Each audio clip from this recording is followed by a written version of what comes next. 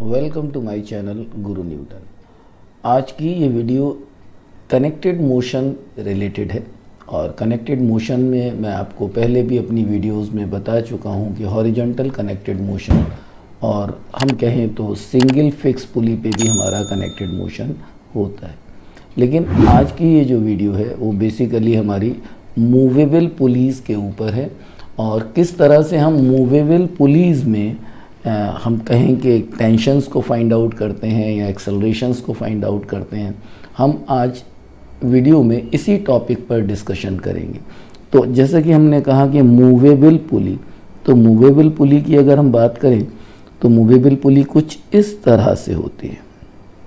Like हमने यहाँ पर एक स्ट्रिंग को कनेक्ट कर दिया है किसी भी एक रिजिड सपोर्ट से और यहाँ पर इस स्ट्रिंग पर हम एक पुली को कनेक्ट कर देते हैं। मीन्स दिस रोप, जो ये रोप है ये किसके ऊपर से जा रहा है, इस पुली से जा रहा है और इस पुली से हमारा कोई भी एक मास अटैच हो सकता है। कोई भी ऑब्जेक्ट जिसका कुछ मास है हम उसको अटैच कर सकते हैं या फिर हम कोई एक फोर्स लगा सकते हैं, कोई भी लोड को हम यहाँ से लिफ्ट कर सकते हैं। तो ये जो आ जाता है बेसिकली ये हमारा हो जाता है एक मूवेबल पुली। लेकिन अगर हम मूवेबल पुली में देखें, अगर हमें इस ऑब्जेक्ट को देखें तो इस ऑब्जेक्ट का वेट हमें पता है कि अगर इसका मास m है तो इसका वेट हमेशा डाउनवर्ड एक्ट करेगा और इसको ऊपर लिफ्ट करने के लिए हमें फोर्स इस डायरेक्शन में लगाना होगा। और जो कि बहुत इनकन्वीनियंट रहता है कि अगर हम अपवर्ड किसी चीज़ पर फोर्स लगाते हैं तो उसमें नॉर्मल रिएक्शन जनरली हमारा क्या हो जाता है, इंक्रीज़ हो जाता है। तो इस चीज़ को अवॉइड करने के लिए क्या किया जाता है कि अगर हम साथ में एक मूवेबल पुली के साथ अगर हम एक फिक्स पुली को भी यूज़ कर लें। देखिए ये मूवेबल पुली है, अगर हम यहाँ पर बात करते हैं इस पर हमने कोई लोड अटैच कर दिया लाइक दिस, और ये क्या है, एक फिक्स पुली है और इस फिक्स पुली को हमने अटैच कर दिया है just to change the direction of motion, क्योंकि अब हमें फोर्स इस डायरेक्शन में डाउनवर्ड लगाएंगे जो हमारे लिए ईजियर रहता है। तो एक हम देखें तो एक मूवेबल पुली को, दिस इज व्हाट, मैं यहाँ पर आपको नोट कर देता हूँ, इट इज़ मूवेबल पुली। लेकिन अगर हम पुली को यूज़ करते हैं मूवेबल पुली को तो जनरली एक फिक्स पुली के साथ में हम इसको यूज़ करते हैं to make our work easier. तो आज हम कुछ इसी से रिलेटेड टॉपिक पर डिस्कशन करने जा रहे हैं कि अगर हमारी एक मूवेबल पुली है तो उस पुली में अगर हमें एक्सेलरेशन फाइंड आउट करना है, सपोज मूवेबल पुली का एक्सेलरेशन फाइंड आउट करना है या जो हमारा फोर्स हम लगा रहे हैं डाउनवर्ड, राइट, इसके अकॉर्डिंगली हमें फोर्स के अकॉर्डिंगली एक्सेलरेशन को फाइंड आउट करना है, तो हम किस तरह से करेंगे, आइए इस वीडियो में इस कॉन्सेप्ट को पूरी तरह से समझते हैं। और मैं समझता हूँ, और एक चीज़ और मैं आपसे कहूँगा, कुछ टॉपिक्स में जो प्रीवियस टॉपिक्स थे पुलिस से रिलेटेड उसमें कुछ चीज़ों का हमारा यूज़ नहीं हो पाया था because those topics were pin point topics पर हम डिस्कशन कर रहे थे कि फिक्स पुली है तो एक्सेलरेशन क्या होगा, जैसे कि हम बता रहे थे आपको। मैं एक आपको आइडिया देता हूँ कि मैं किस टॉपिक पर बात कर रहा हूँ कि अगर सपोज़ ये एक फिक्स पुली है तो हमने अपनी पिछली वीडियोस में देखा था कि हम सिर्फ दो ऑब्जेक्ट्स को कनेक्ट कर रहे थे और हम इन ऑब्जेक्ट्स का मोशन देख रहे थे, ऑब्जर्व कर रहे थे कि ये जो ऑब्जेक्ट्स m1 और m2 हैं इनका मोशन किस तरह से होगा। Suppose m2 is greater than m1, जैसा कि हमने डिस्कशन किया भी है और आप लोग जानते भी होंगे, तो ऑब्वियसली इसका मोशन डाउनवर्ड रहेगा और इसका अपवर्ड रहेगा and the tension will be same in whole the string। ऐसा हम लोग डिस्कस कर चुके हैं। तो अगर हम मूवेबल पुली में भी देखें तो मूवेबल पुली में क्या होगा, tension through out this string will be same.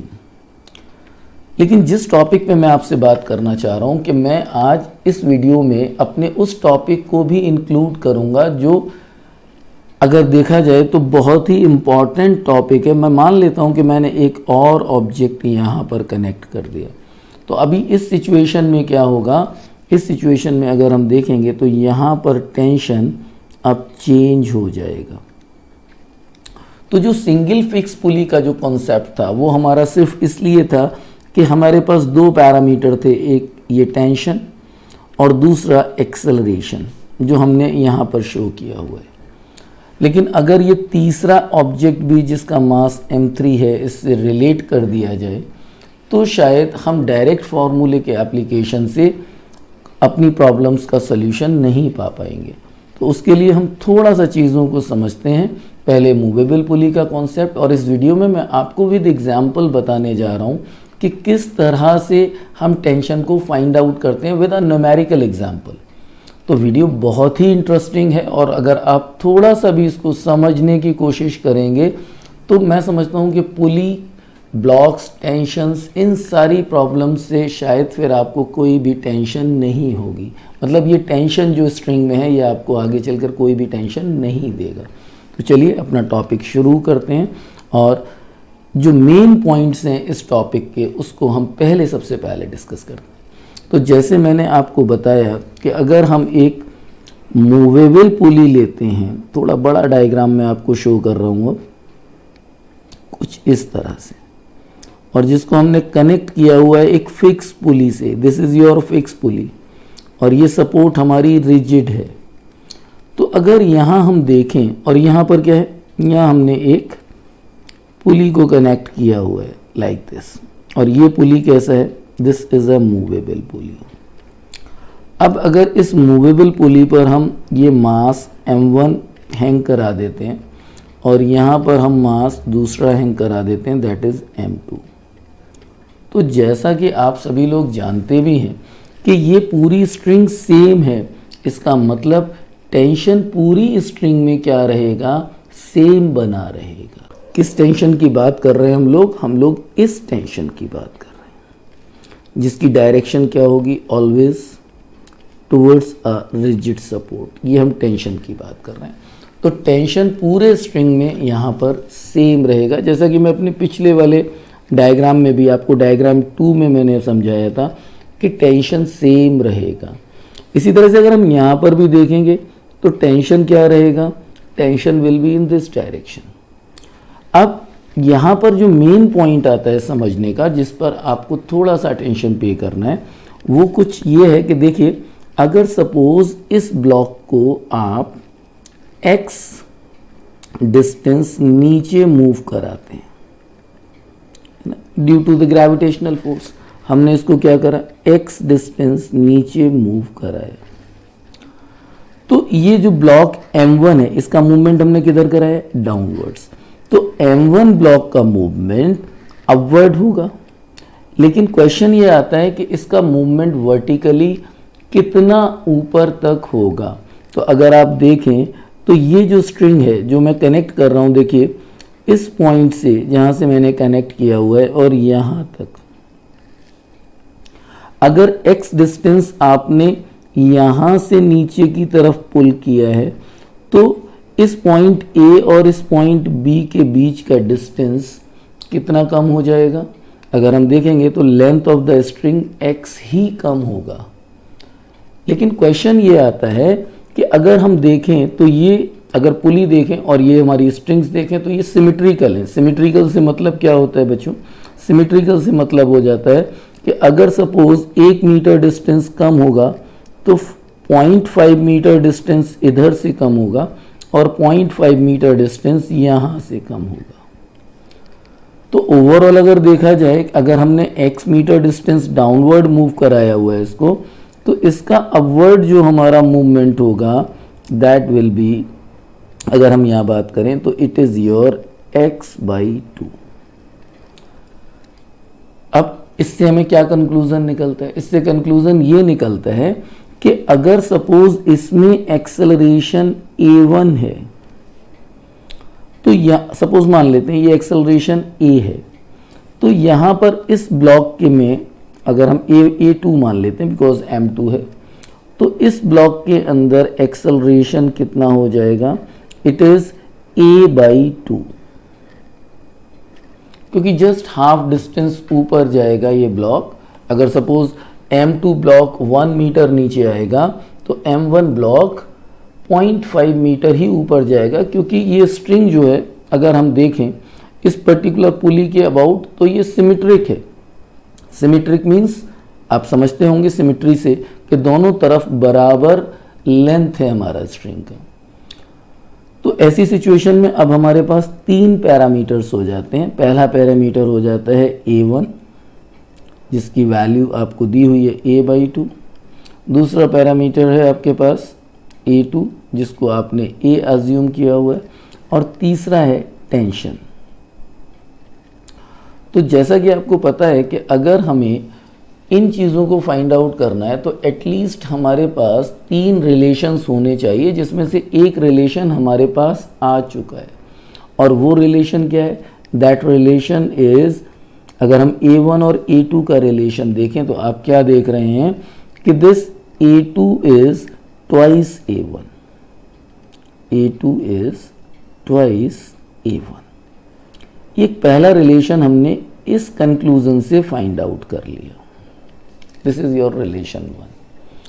अब अगर आप रिलेशन 2 की बात करेंगे तो हम फ्री बॉडी डायग्राम्स पर आ जाएंगे। तो अगर फ्री बॉडी डायग्राम्स पे बात कर लेते हैं, देखिए अब मैं एक फ्री बॉडी डायग्राम बना लेता हूं आपके लिए। मैं M1 के लिए एक फ्री बॉडी डायग्राम बनाता हूं। पहले आप देखें, ये हम जिस फिगर पे बात कर रहे हैं, this is your figure number 4। हमें इस पर अटेंशन पे करना है। फिगर नंबर 4 पर अगर आप देखें तो इस ब्लॉक का M1 का वेट किधर एक्ट करेगा? डाउनवर्ड एक्ट करेगा।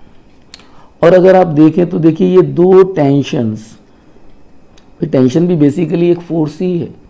तो यहाँ पर ये टेंशन इसके ऊपर जो लग रहा है, एक टेंशन इस स्ट्रिंग की वजह से लग रहा है बिकॉज ये हमारी मूवेबल है, और दूसरा टेंशन ये लग रहा है। और इसका मूवमेंट किधर हो रहा है? मूवमेंट हो रहा है अपवर्ड। तो अगर हम यहाँ पर कहें कि इसका एक्सेलरेशन A1 है तो इसके ऊपर नेट फोर्स लग जाएगा M1A1। तो अगर हम यहाँ से एक रिलेशन को फाइंड आउट करें तो रिलेशन क्या निकल कर आ जाएगा? M1A1 इज इक्वल्स टू, चूंकि अपवर्ड जा रहा है, it is 2T minus M1G। एक हमारा ये रिलेशन यहाँ से सेकंड रिलेशन निकल कर आ जाता है। पहले देखिए कंस्ट्रेंट्स कैसे बनाए जाते हैं, इनको आप समझ लीजिए। अगर कंस्ट्रेंट आपको बनाने आ गए, मतलब ये रिलेशंस डेवलप करना आ गया, तो टेंशंस फाइंड आउट करने में या एक्सेलरेशन को फाइंड आउट करने में हमें कोई भी प्रॉब्लम नहीं होती है। अब देखिए हम दूसरे पे बात करते हैं, हम M2 ब्लॉक पर बात करते हैं। तो M2 ब्लॉक पर अगर आप देखें तो इसका वेट किधर एक्ट कर रहा था? Downwards, that is your M2G। और इसमें अगर आप देखें तो सिर्फ टेंशन एक ही लग रहा है, क्योंकि एक ही स्ट्रिंग से ही कनेक्टेड है। तो इसमें ये टेंशन अपवर्ड हमने जो शो कर दिया, दिस इज योर T। और इसका मूवमेंट किधर हो रहा था? Movement was downward. एक्सेलरेशन कितना था? A2। मास है M2। तो नेट फोर्स कितना हो जाएगा? M2A2। अगर आप देखेंगे तो M2A2, अब डाउनवर्ड मूवमेंट है, इसका मतलब weight is more as compare to tension. तो आप यहाँ पर लिखेंगे M2G माइनस T। देखिए अब ये तीसरा रिलेशन आपके सामने आ चुका है।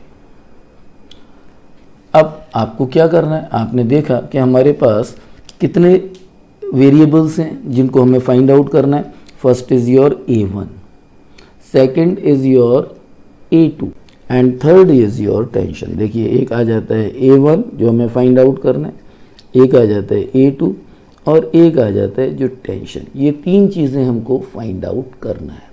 और रिलेशंस भी हमारे पास आ चुके हैं। This is your first relation and this one is your second relation. अगर मैं यहाँ पर बात करूँ M2A1, this is your second relation और this one is your third relation. अब इन 3 रिलेशंस को यूज़ करके हम इस स्ट्रिंग में क्या कर सकते हैं? टेंशन को फाइंड आउट कर सकते हैं। अब कैसे फाइंड आउट करेंगे? एक छोटे से टाइम में हम इसको भी समझने की कोशिश करते हैं कि हम किस तरह से फाइंड आउट करेंगे।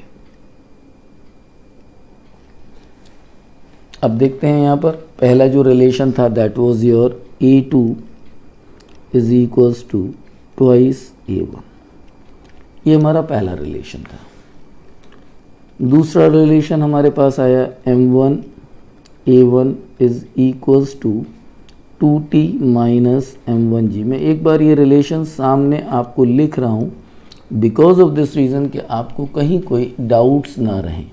और थर्ड रिलेशन था हमारे पास m2 a2 is equals to m2g minus T.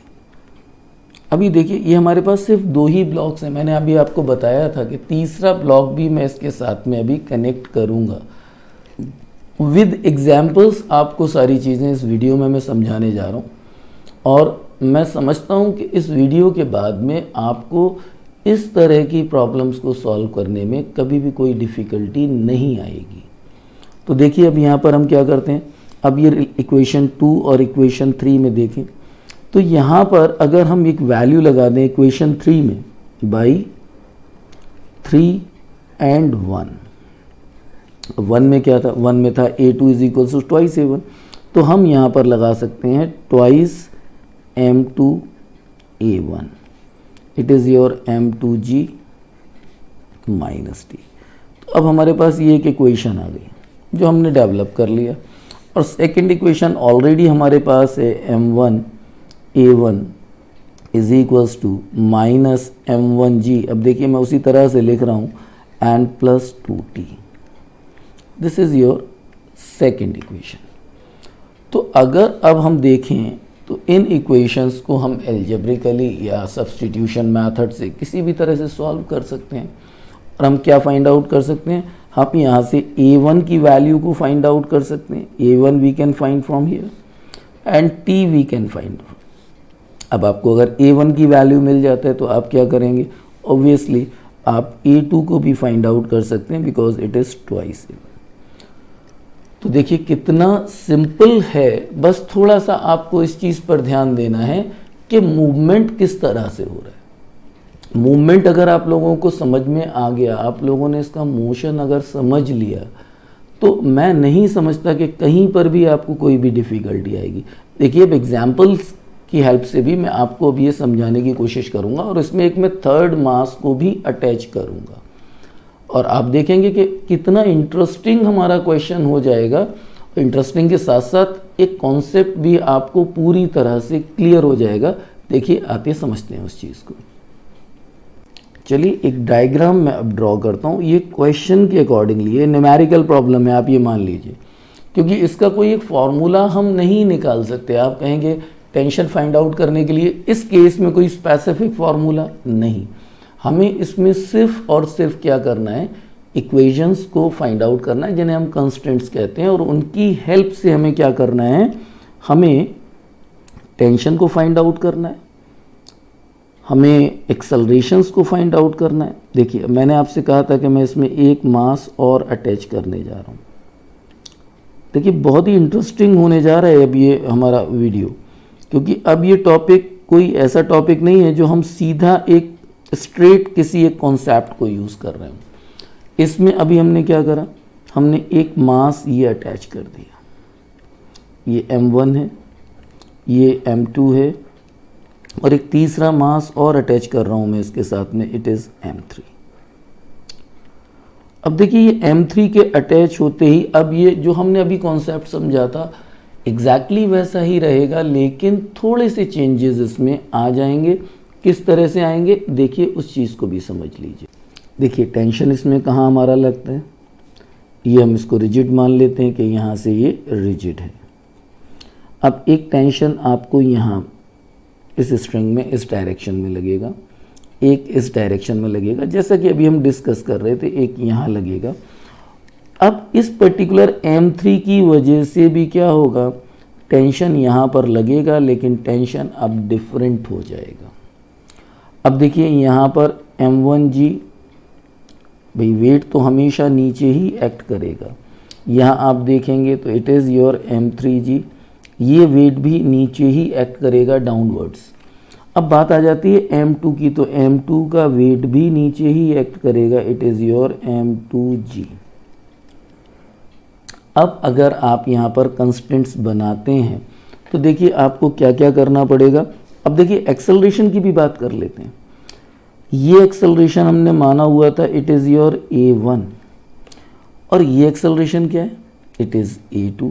तो m3 में भी एक्सेलरेशन कितना रहेगा, a2, क्योंकि मैंने अभी आप लोगों को इसी वीडियो में डिस्कस किया है कि अगर सपोज m2 और m3 1 मीटर डाउनवर्ड्स नीचे जाएंगे तो m1 ब्लॉक ओनली 0.5 मीटर ऊपर जाएगा बिकॉज ऑफ इट्स सिमिट्री। तो एक्सेलरेशन क्या हो जाएगा, अगर मैं यहाँ पर एक रिलेशन देखिए जैसे मैंने यहाँ पर बनाया हुआ है, तो this a2 is equals to twice a1। देखिए ये रिलेशन एज इट इज़ रहा हमारा, अगर हम बात करते हैं दिस इज़ योर रिलेशन 1। अब हम m1g के बारे में भी बात करते हैं। देखिए बहुत सारी चीज़ों के साथ में हम इसमें डिस्कशन कर रहे हैं, लेकिन इसमें एक फैक्टर और ऐड हो चुका है, दैट इज़ योर t1। तो यहाँ पर अगर हम देखें तो ये रिलेशंस हमारे m1a1 is equals to 2t minus m1g, ये एग्जैक्टली ऐसे ही रहेंगे। And m2a2 this is your m2g minus t, इसमें कोई भी चेंजेस नहीं आएगा।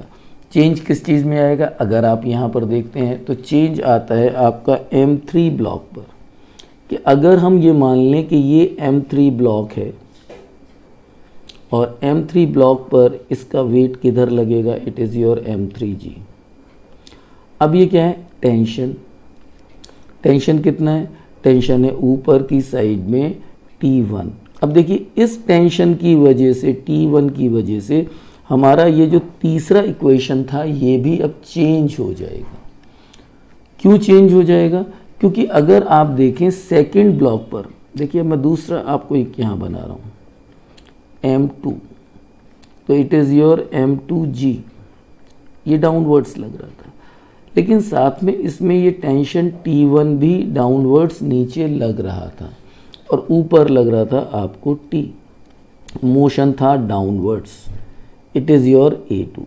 तो जैसा आप यहाँ पर लिख रहे थे m2a m2g, अब यहाँ पर एक चीज़ और देख लीजिए कि m2g के साथ में क्या ऐड हो गया, m2g के साथ में अब आपका टेंशन भी ऐड हो चुका है।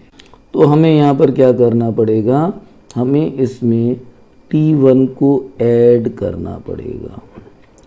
तो ये हमारा जो थर्ड रिलेशन था अब ये कुछ चेंज होकर इस तरह से बन जाएगा, m2a2 is equals to m2g plus T1 minus T, क्योंकि इसका मोशन क्या है, डाउनवर्ड है। तो अब हमारा थर्ड रिलेशन ये माना जाएगा, this is your third relation. ये अब हमारा रिलेशन नहीं रहेगा। देखिए ये डिफरेंस आ गया एक ब्लॉक के ऐड होने पर। तो अब हमारा m2a2 कितना हो गया, m2g प्लस T1, जैसा कि आप देख रहे हैं। और इस पर्टिकुलर m2 के फ्री बॉडी डायग्राम में, राइट, FBD ऑफ m2 जो मैंने यहाँ पर शो किया हुआ है। तो अब हम कौन सी इक्वेशंस को सॉल्व करेंगे, we will solve this first second. देखिए सेकंड पर इफेक्ट नहीं पड़ा लेकिन थर्ड पर इफेक्ट पड़ गया। और अगर हम यहाँ पर थर्ड वाले को देखेंगे तो देखिए एक कंस्टेंट यहाँ पर और बन जाएगा, कौन सा बन जाएगा, m3 का, और ये भी कैसे नीचे जा रहा है, it is with acceleration a2। तो यहाँ पर आप देखेंगे it is m3a2 is equals to m3g minus T1। ये एक रिलेशन हमारा और फाइंड आउट। तो अब हमें किन इक्वेशंस को देखना है, बेसिकली हमें देखना है इक्वेशन 1, इक्वेशन 2, इक्वेशन 3, इक्वेशन 4।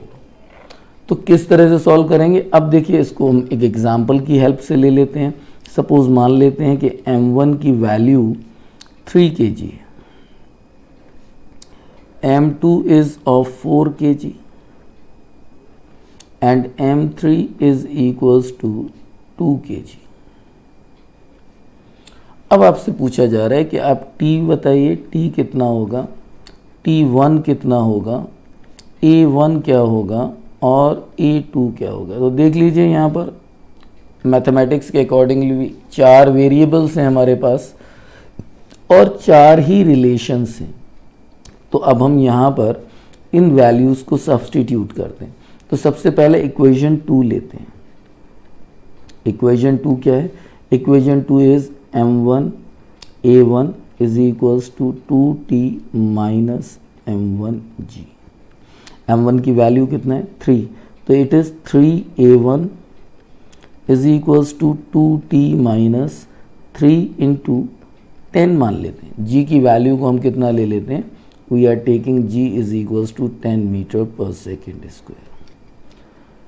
तो अगर आप यहाँ देखें तो एक रिलेशन हमारे पास आ गया, 2t minus 3a1 is equals to 30, right? ये हमने किससे निकाला हुआ? This is from 2। दूसरी इक्वेशन है हमारी, हम वैल्यूज को सब्स्टिट्यूट कर रहे हैं। थर्ड इक्वेशन को ले लेते हैं। तो थर्ड इक्वेशन में हम लोगों ने क्या करना है? m2a2, तो a2 की जगह क्या लगा देते हैं? 2a1। मैं देखिए पहले यहाँ पर रिलेशन लिख रहा हूँ। इक्वेशन 3 जो है हमारा, that is your m2a2 m2a2 m2g plus t1। Video में मेरे साथ बने रहिए, आपको ये टॉपिक पूरी तरह से क्लियर होने जा रहा है। अब m2 की वैल्यू कितना है? m2 की वैल्यू हमें गिवन है, दिस इज योर 4 kg, और a2 कितना है? It is twice a1। तो हम यहाँ पर लिखेंगे 4 and it is twice a1। m2 की वैल्यू 4 है, तो इट इज़ 4 इंटू 10। t1 हमको नहीं पता है, तो it is t1 and it is minus t। तो अभी ये क्या हो जाएगा? It is your 8a1 it is 40 plus t1 minus t। अब देखिए यहाँ पर 3 वेरिएबल्स आ चुके हैं, तो अब हम क्या करेंगे? इक्वेशन 4 को भी साथ में ले लेते हैं। इक्वेशन 4 हमसे क्या कहता है? m3a2 is equals to m3g minus t1। तो m3 की वैल्यू को हमने क्या सब माना हुआ है? इट इज़ 2 kg, तो इट इज़ 2, और a2 को हम क्या लेकर चल रहे हैं? a2 we are taking 2a1। तो ये वैल्यू भी हम यहाँ पर यूज़ कर लेते हैं, ट्वाइस a1।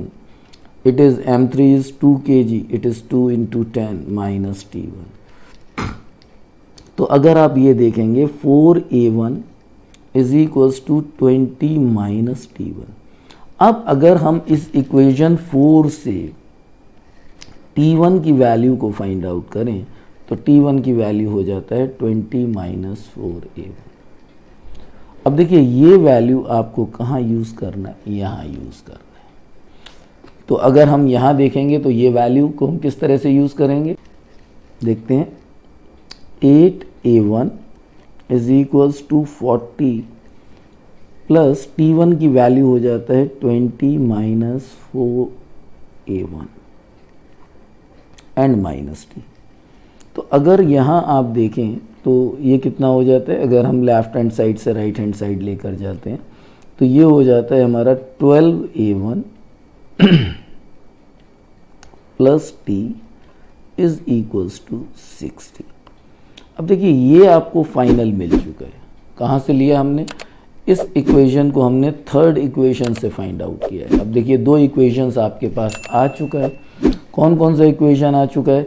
आपके पास एक इक्वेशन है 12a1 plus t is equals to 60, और एक सेकंड रिलेशन जो हमने निकाला हुआ था, it was minus 3a1 plus 2t is equals to 30। मैं रीअरेंज करके इनको लिख रहा हूँ जिससे कि कैलकुलेशंस आपके लिए थोड़ा सा इजी हो जाए।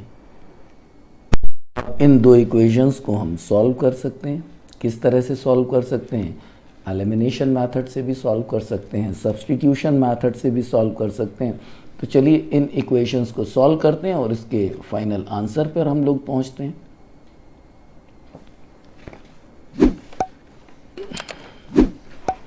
मैं एक बार इक्वेशंस यहाँ पर फिर से लिखता हूँ। It is 12a1 plus t is equals to 60, this was your third one. और अगर मैं यहाँ पर बात करूँ minus 3a1 plus 2t is equals to 30, this is जो हमने सेकंड से फाइंड आउट किया है। अब एलिमिनेशन मेथड में हम इसको क्या कर लेते हैं कि हम इस इक्वेशन 3 को हम 2 से मल्टीप्लाई कर लेते हैं। अगर हम 2 से मल्टीप्लाई करेंगे तो ये हो जाएगा 24 a1 plus 2t is equals to 120, और ये आपका इक्वेशन हो जाता है -3a1 plus 2t is equals to 30। तो अगर हम इसको देखें तो ऑन सब्ट्रैक्टिंग, इसको हमने सब्ट्रैक्टिंग पर ले लिया, साइंस को हमने चेंज कर दिया। तो जब हम साइंस को चेंज करेंगे तो दिस विल बी कैंसल्ड। क्या मिलता है आपको? It is 27a1 is equals to 120 minus 30 that is equals to 90। तो a1 की वैल्यू देखिए आपको मिल गया 90/27। 90 इज व्हाट? अब 3 से इसको आप 9 से ले लीजिए, 10 और 9 3 से, तो a1 इज 10/3 मीटर पर सेकेंड स्क्वायर। अब a1 आ गया, तो a1 के साथ में क्या था? आपके पास रिलेशन था a2 is equals to twice a1। तो a2 इज, अगर आप यहाँ पर देखते हैं तो ये आपको मिलता है 20/3 मीटर पर सेकेंड स्क्वायर। देखिए दो वैल्यूज़ को आपने फाइंड आउट कर लिया, a1 एंड a2। अब टेंशन पर बात कर लेते हैं कि जो हमारे डिफरेंट स्ट्रिंग्स थी उनमें जो अलग अलग टेंशन था वो कितना होगा। तो देखिए आपके पास एक रिलेशन आपने निकाला था फॉर M3 ब्लॉक। अगर आप देखेंगे तो M3 ब्लॉक के लिए जो रिलेशंस हैं वो आप यहाँ पर एक बार मैं आपको शो करता हूँ। M3 ब्लॉक का रिलेशन था T1 is equals to 20 minus 4a1। अब हम इसी रिलेशन को, इस स्पेसिफिक रिलेशन को हम यूज करेंगे यहाँ पर। तो it is T1 is equals to 20 minus 4a1। अब देखिए T1 आपको फाइंड आउट करना है, तो इट इज 20 माइनस 4a1 का वैल्यू हमने फाइंड आउट किया, इट इज 10/3। तो इट इज 20 माइनस 40/3। तो यहाँ पर ये T1 का वैल्यू आपको मिल जाएगा, इट इज़ 60 माइनस 40। अगर आप LCM लेते हैं तो 60 माइनस 40 इज़ 20/3 न्यूटन। अब आपको देखिए T1 मिल चुका है, आपको A1 फाइंड आउट कर चुके हैं, आप A2 फाइंड आउट कर चुके हैं, आप T1 फाइंड आउट कर चुके हैं। अब आपके लिए एक पार्ट और बच जाता है, दैट इज़ योर T। अब इसको आप किसी भी रिलेशन में लगा दीजिए जिसमें हमारा T आया हुआ हो। अब T किस में आया हुआ था? अगर हम देखें तो हमारी इक्वेशन 2 जो था उसमें T है, it is -3a1 plus 2t is equals to 30। तो यहाँ पर -3, a1 इज 10/3। आप किसी भी इक्वेशन को ले सकते हैं जिसमें t का इन्वॉल्वमेंट हो, इट इज़ 30। तो यहाँ अगर आप देखते हैं तो इट इज़ 10, ये कैंसिल आउट हो जाता है, तो -10 plus 2t is equals to 30। 2t is equals to 30 plus 10, तो it is 2t is equals to 40, then t is equals to 20 newtons. तो ये हमारे पास t का वैल्यू आ गया। अगर आप यहाँ देखेंगे तो T1 भी हमें मिल चुका है, और A1 हम फाइंड आउट कर चुके हैं, और A2 फाइंड आउट कर चुके हैं। तो देखिए आपने इस एग्जाम्पल की हेल्प से, मैं समझता हूँ आपने बहुत अच्छी तरह से समझा भी होगा, और किस तरह से हम इक्वेशंस बनाते हैं जिनको हम कंस्टेंट्स बोलते हैं, और हम उनका कितनी अच्छी तरह से यूज़ कर सकते हैं। अब देखिए यहाँ पर आपको फ्री बॉडी डायग्राम की नॉलेज होना बहुत ज़रूरी है। अगर आपको इस चीज़ में कहीं भी कोई भी प्रॉब्लम आता है तो मैंने इस पर वीडियोस डाले हुए हैं कनेक्टेड मोशन पर। ये वर्टिकल मोशन हो या हम कह सकते हैं कि हॉरिजॉन्टल मोशन हो, पुलिस से कनेक्टेड मोशन है, इन सभी मोशंस पर मैंने कनेक्टेड मोशंस पर वीडियोस डाले हुए हैं। अगर आप मेरे चैनल पर नए हैं तो प्लीज़ सब्सक्राइब कीजिए और जाकर उन वीडियोस को देखिए। ये कॉन्सेप्ट आपको पूरी तरह से क्लियर होगा।